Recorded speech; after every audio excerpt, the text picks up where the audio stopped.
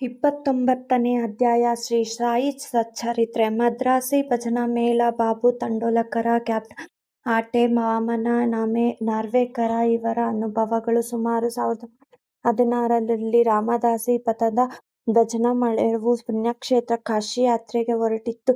ಆ ಗುಂಪಿನಲ್ಲಿ 3 ಇದ್ದರು, ಪತಿ ಪತ್ನಿ ಮತ್ತು ಮಗಳು. ಅವರ ಹೆಸರೇ ಗೊತ್ತಿರಲಿಲ್ಲ.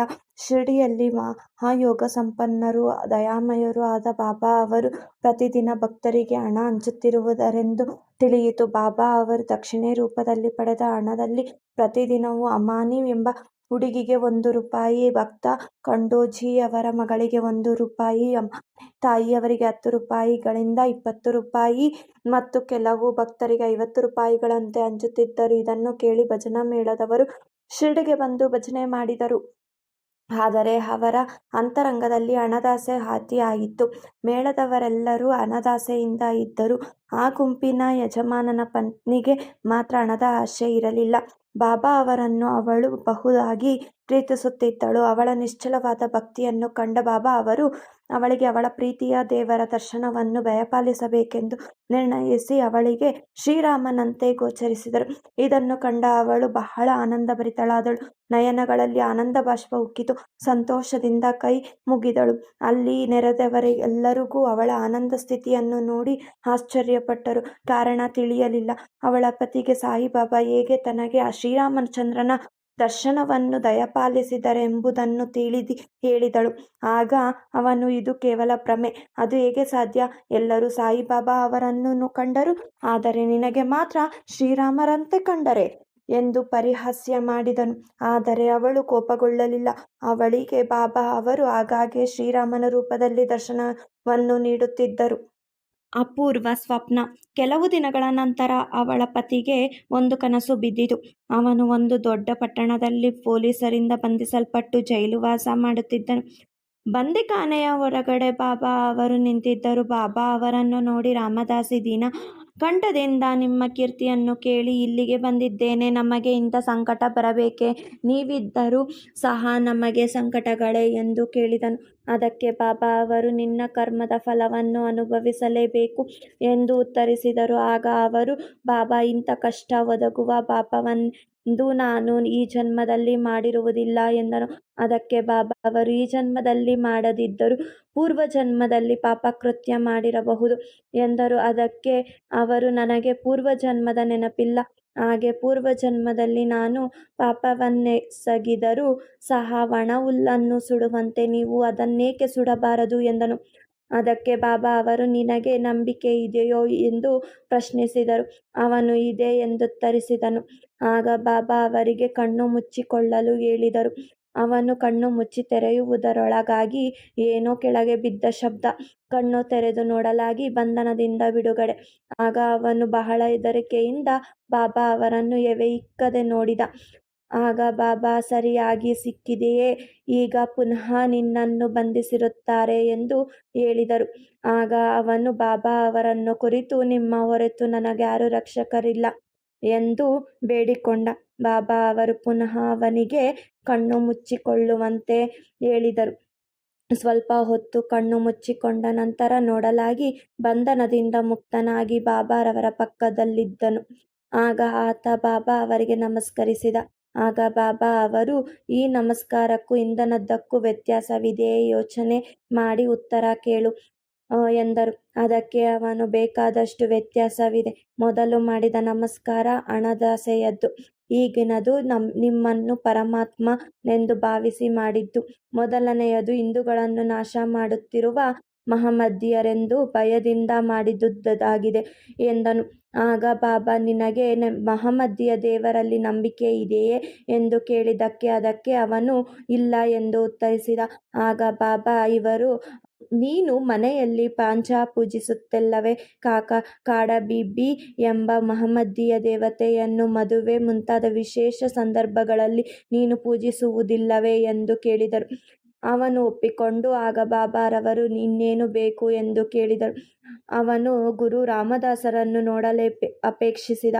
ಆಗ ಬಾಬಾ ಅವರು ಅವನಿಗೆ ಹಿಂತಿರುಗಿ ನೋಡಲು ಹೇಳಿದರು. ಹಿಂತಿರುಗಿ ನೋಡಿದಾಗ ಅವನು ಕಂಡಿದ್ದುದೇನು? ಗುರು ರಾಮದಾಸರನ್ನು. ಇನ್ನೇನು ನಮಸ್ಕಾರ ಮಾಡಬೇಕೆಂದು ಹೋದಾಗ ರಾಮದಾಸರು ಮಾಯವಾಗಿದ್ದರು. ಆಗ ಅವನು ಕುತೂಹಲದಿಂದ ಬಾಬಾರವರನ್ನು ಕುರಿತು, ನೀವು ಬಹಳ ವೃದ್ಧರಂತೆ ಕಾಣುತ್ತೀರಿ, ನಿಮ್ಮ ವಯಸ್ಸೆಷ್ಟು ಎಂದು ಕೇಳಿದ. ಅದಕ್ಕೆ ಬಾಬಾ ಅವರು, ಏನು ಮುದುಕನಾಗಿರುವೆನೆ? ಹಾಗಾದರೆ ನನ್ನ ಜೊತೆಯಲ್ಲಿ ಓಡಿ ಬಾ ಎಂದರು. ಬಾಬಾ ಓಡಲು ಪ್ರಾರಂಭಿಸಿದರು. ಅವನು ಹಿಂಬಾಲಿಸಿದ. ಓಡುತ್ತಾ ಓಡುತ್ತಾ ಬಾಬಾ ಮಾಯವಾದರು. ಆಗ ಅವನಿಗೆ ಎಚ್ಚರವಾಯಿತು. ಎಚ್ಚರವಾದ ನೋಡಲು ಯಾರೂ ಕಾಣಲಿಲ್ಲ. ಕನಸಿನಲ್ಲಿ ಕಂಡದ್ದನ್ನೆಲ್ಲ ಕೂಲಂಕುಷವಾಗಿ ಯೋಚಿಸತೊಡಗಿದ. ಅವನ ಮನೋಭಾವ ಬದಲಾಯಿತು. ಆತ ಬಾಬಾ ಅವರ ಮಹಿಮೆ ತಿಳಿದುಕೊಂಡನು. ಮುಂದೆ ಅನುಮಾನ ದೂರವಾಗಿ ಆತ ಅವರ ಪರಮ ಭಕ್ತನಾದ. ದೃಶ್ಯ ಕೇವಲ ಸ್ವಪ್ನ, ಆದರೆ ನಡೆದ ಸಂಭಾಷಣೆಗಳು ಪರಿಣಾಮಕಾರಿಯಾದವು. ಮರುದಿನ ಆರತಿ ಸಮಯಕ್ಕೆ ಮಸೀದಿಗೆ ಹೋದಾಗ ಅವನಿಗೆ ಬಾಬಾ 2 ರೂಪಾಯಿಗಳನ್ನು ಮತ್ತು ಬರ್ಫಿ ಕೊಟ್ಟು ಆಶೀರ್ವದಿಸಿದರು. ದೇವರು ನಿನಗೆ ಅನಂತವಾದ ಐಶ್ವರ್ಯವನ್ನು ನೀಡುವನು, ನಿನಗೆಲ್ಲವೂ ಒಳ್ಳೆಯದಾಗುತ್ತದೆ ಎಂದು ಹೇಳಿದರು. ಅವರಿಗೆ ಶಿರ್ಡಿಯಲ್ಲಿ ಹೆಚ್ಚು ಹಣ ದೊರಕಲಿಲ್ಲ, ಆದರೆ ಜೀವನಾದ್ಯಂತ ಬಾಬಾ ಅವರ ಆಶೀರ್ವಾದ ಫಲಿಸಿತು. ನಂತರ ಅವನಿಗೆ ಬೇಕಾದಷ್ಟು ಹಣ ದೊರಕಿತು. ಎಲ್ಲರೂ ಯಾತ್ರೆಯನ್ನು ಮುಗಿಸಿ ಸ್ವಸ್ಥಾನ ಸೇರಿಕೊಂಡರು. ಬಾಬಾ ತಂಡೋಲಕರ. ಮುಂಬಯಿ ಬಾಂದ್ರಾದ ರಘುನಾಥ ತಂಡೋಲಕರ ಅವರ ಹೆಂಡತಿ ಬಾಬಾ ಅವರ ಭಕ್ತರಾಗಿದ್ದರು. ಶ್ರೀಮತಿ ಸಾವಿತ್ರಿಬಾಯಿ ತಂಡೋಲಕರ ಅವರು ಸಾಯಿ ಲೀಲೆಗಳನ್ನು 800 ಪಾದಗಳಲ್ಲಿ ಶ್ರೀ ಸಾಯಿನಾಥ ಭಜನಮಾಲಾ ಎಂಬ ಪುಸ್ತಕದ ರೂಪದಲ್ಲಿ ಪ್ರಕಟಿಸಿದ್ದಾರೆ. ತಂಡೋಲಕರ ಅವರ ಮಗ ಬಾಪು ಮೆಡಿಕಲ್ ಪರೀಕ್ಷೆಗೆ ಕುಳಿತಿದ್ದು ಹಗಲಿರುಳು ಓದುತ್ತಿದ್ದನು. ಕೆಲವು ಜ್ಯೋತಿಷಿಗಳನ್ನು ವಿಚಾರಿಸಿದಾಗ ಅವರು ಈ ಸಾರಿ ಗ್ರಹಗತಿಗಳು ಸರಿಯಾಗಿಲ್ಲವೆಂದು ಮುಂದಿನ ಸಾರಿ ಪರೀಕ್ಷೆಯಲ್ಲಿ ಜಯ ಪಡೆಯಬಹುದೆಂದು ಅವನಿಗೆ ಹೇಳಿದ್ದರು. ಇದು ಅವನ ಮನಸ್ಸನ್ನು ಕಲಕಿತು. ಕೆಲವು ದಿನಗಳ ನಂತರ ಅವನ ತಾಯಿ ಶಿರ್ಡಿಗೆ ಬಂದರು.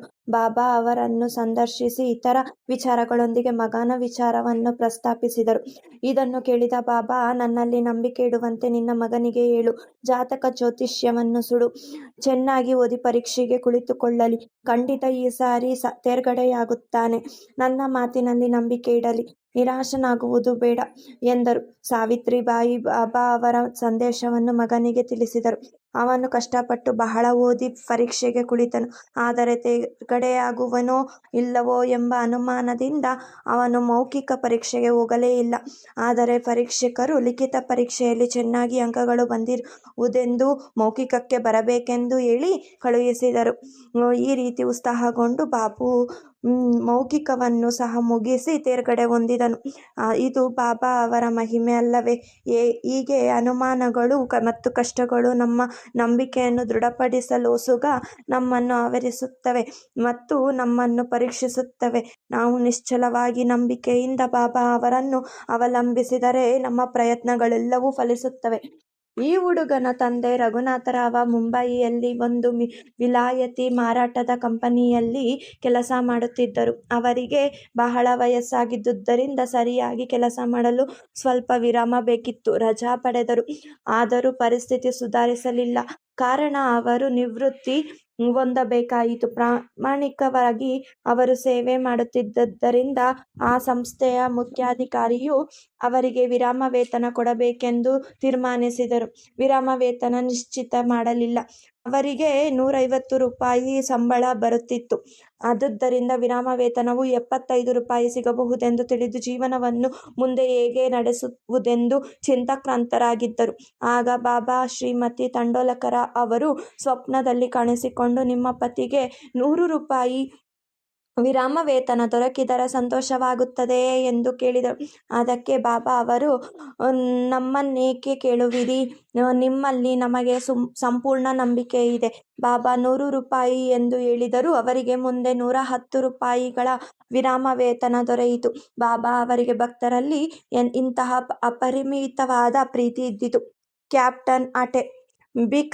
ಬಿಕಾನೇರದ ಕ್ಯಾಪ್ಟನ್ ಆಟೆ ಅವರು ಬಾಬಾ ಅವರ ಭಕ್ತರಾಗಿದ್ದರು. ಒಂದು ದಿನ ಬಾಬಾ ಅವರು ಅವರಿಗೆ ಸ್ವಪ್ನದಲ್ಲಿ ಗೋಚರಿಸಿ, ನನ್ನ ಜ್ಞಾಪಕವಿದೆಯೇ ಎಂದು ಕೇಳಲು, ಆಟೆ ಅವರು ಬಾಬಾ ಅವರ ಪಾದಗಳನ್ನು ಹಿಡಿದುಕೊಂಡು, ಮಗುವು ತರಗಿಯನ್ನು ಮರೆತು ಹೇಗೆ ಜೀವಿಸಬಹುದು ಎಂದು ಕೇಳಿ ತೋಟಕ್ಕೆ ಹೋಗಿ ತರಕಾರಿ ತಂದು ಬಾಬಾ ಅವರಿಗೆ ಅಡಿಗೆ ಸಿದ್ಧಪಡಿಸಲು ತಯಾರಾದರು. ಆ ಸಮಯದಲ್ಲಿ ಸರಿಯಾಗಿ ಎಚ್ಚರವಾಯಿತು. ಆಗ ಅವರು ಸೀದಾ ಪದಾರ್ಥಗಳನ್ನು ಶಿರ್ಡಿಗೆ ಕಳುಹಿಸಲು ನಿರ್ಧರಿಸಿದರು. ಸ್ವಲ್ಪ ದಿನಗಳ ನಂತರ ಗ್ವಾಲಿಯರ್ಗೆ ಬಂದರು.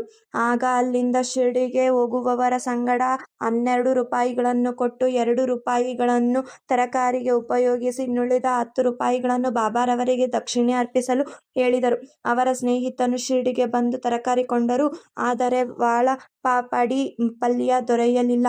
ಅಷ್ಟರಲ್ಲಿ ಅಲ್ಲಿಗೆ ಅಕಸ್ಮಾತ್ತಾಗಿ ಬಂದ ಒಬ್ಬ ಮಹಿಳೆ ಹತ್ತಿರ ಪಾಪಡಿ, ಶೇಂಗಾ ದೊರೆತವು. ನಂತರ ಅದನ್ನೆಲ್ಲವನ್ನು ತೆಗೆದುಕೊಂಡು ಮಸೀದಿಗೆ ಹೋಗಿ ಆಟೆ ಅವರ ಪರವಾಗಿ ಬಾಬಾ ಅವರಿಗೆ ನೈವೇದ್ಯ ಅರ್ಪಿಸಿದರು. ಶ್ರೀ ನಿಮೋಣಕರ ಅವರು ಆ ತರಕಾರಿಗಳನ್ನು ಉಪಯೋಗಿಸಿ ಅಡಿಗೆ ತಯಾರಿ ಮಾಡಿ ಬಾಬಾ ಅವರಿಗೆ ಬಡಿಸಿದರು. ಬಾಬಾ ಅವರು ವಾಳಪಾಪಡಿಯನ್ನು ಮಾತ್ರ ತಿನ್ನುತ್ತಿದ್ದುದನ್ನು ನೋಡಿ ಎಲ್ಲರಿಗೂ ಆಶ್ಚರ್ಯವಾಯಿತು. ಈ ಸಮಾಚಾರವನ್ನು ತಮ್ಮ ಮಿತ್ರರಿಂದ ತಿಳಿದುಕೊಂಡ ಮೇಲೆ ಆಟೆ ಅವರು ಆನಂದಭರಿತರಾದರು. ಪವಿತ್ರವಾದ ರೂಪಾಯಿ. ಇನ್ನೊಂದು ಸಾರಿ ಆಟೆ ಅವರಿಗೆ ಬಾಬಾ ಅವರಿಂದ ಸ್ಪರ್ಶಿಸಲ್ಪಟ್ಟ ಪವಿತ್ರವಾದ 1 ರೂಪಾಯಿ ಪಡೆಯಬೇಕೆಂಬುದು ಆಸೆ ಆಯಿತು.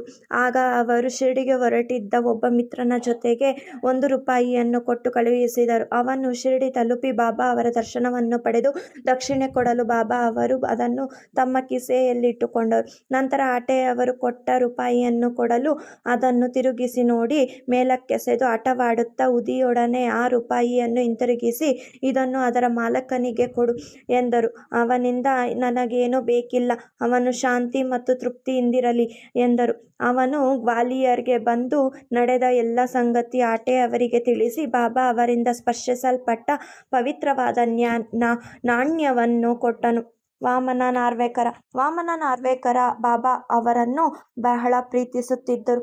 ಒಮ್ಮೆ ಅವರು ಶ್ರೀರಾಮ ಕಂಠೀರವರವನ್ನು ತಂದು ಸಾಯಿಬಾಬಾ ಅವರ ಹಸ್ತಸ್ಪರ್ಶದಿಂದ ಅದನ್ನು ಪವಿತ್ರಗೊಳಿಸಿ ಒಯ್ಯಬೇಕೆಂದು ಬಾಬಾ ಅವರ ಕೈಗಿತ್ತರು.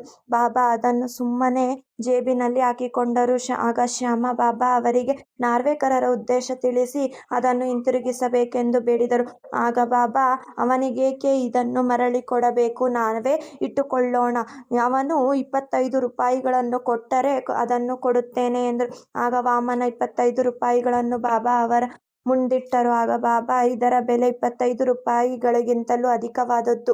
ಶ್ಯಾಮ, ಇದನ್ನು ನೀನೇ ತೆಗೆದುಕೋ, ಇದು ನಿನ್ನ ಹತ್ತಿರ ಇರಲಿ, ಇದನ್ನು ಪೂಜಾಗೃಹದಲ್ಲಿಟ್ಟು ಪೂಜಿಸು ಎಂದರು. ಬಾಬಾ ಅವರ ಈ ವಿಚಿತ್ರ ನಡತೆಯ ಬಗ್ಗೆ ಯಾರಿಗೂ ಮಾತನಾಡುವ ಧೈರ್ಯವಿರಲಿಲ್ಲ. ಯಾರಿಗೆ ಯಾವುದು ಯೋಗ್ಯ ಮತ್ತು ಅರ್ಹವಾದುದು ಎಂಬುದು ಅವರಿಗೆ ಮಾತ್ರ ಗೊತ್ತು. ಶ್ರೀ ಸಾಯಿ ಪ್ರಣಾಮ. 29ನೇ ಅಧ್ಯಾಯವು ಸಂಪೂರ್ಣವಾಯಿತು.